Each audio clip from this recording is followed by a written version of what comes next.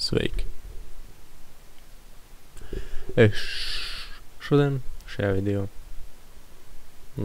šajā video nevis šodien, bet šajā video, es jums pastāstīšu, kas ir DHCP servis.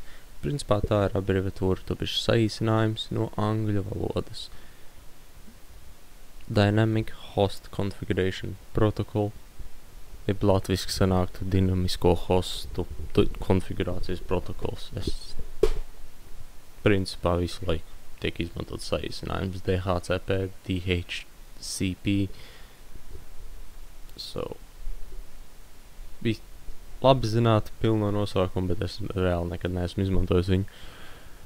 Te kā teicis, kad neprasīja kāds, kas ir kāda ir pilnā forma DHCP, tikai tad es izmantoju pilno formu, tā kā lai pateikt.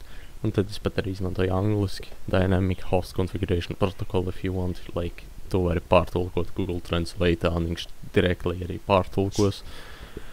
Bet, principā, DHCP ir, tas ir servis, kas principā iedod datoriem adresi, unikālu tīkla adresi.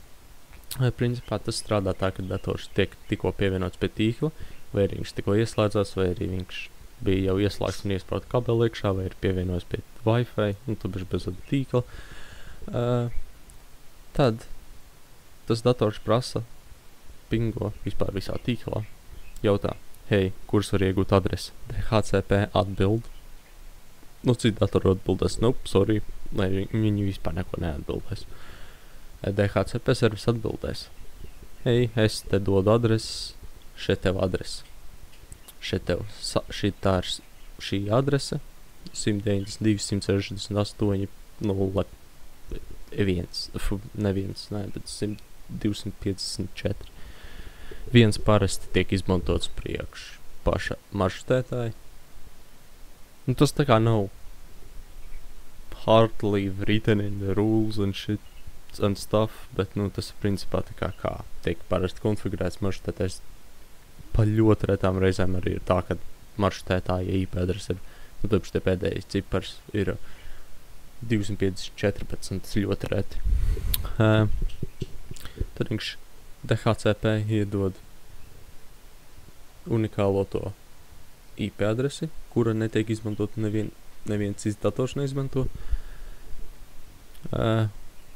Iedod, pasaka to, ka šitā adrese būs derīga tik un tik. Ja tev vajag atkal adresi, jautā man. Jautā atkal pingo, lai viņš un DHCP dos atkal adresi. Viņš DHCP dos adresi, subnet mask un gateway. Un par retām reizēm arī DNS, ja tur ir nokonfigurēts. Tā, kad tas maršrutētais DHCP, kad DHCP servisam ir jādod DNS, bet tas ir tā kā speciāli, jo tiek nokonfigurēts DHCP servisā. Principā jums patīk šis video, droši laikojiet, subscribojiet, abonējiet un metiet komentāros kaut ko, kas jums varētu interesēt, vai arī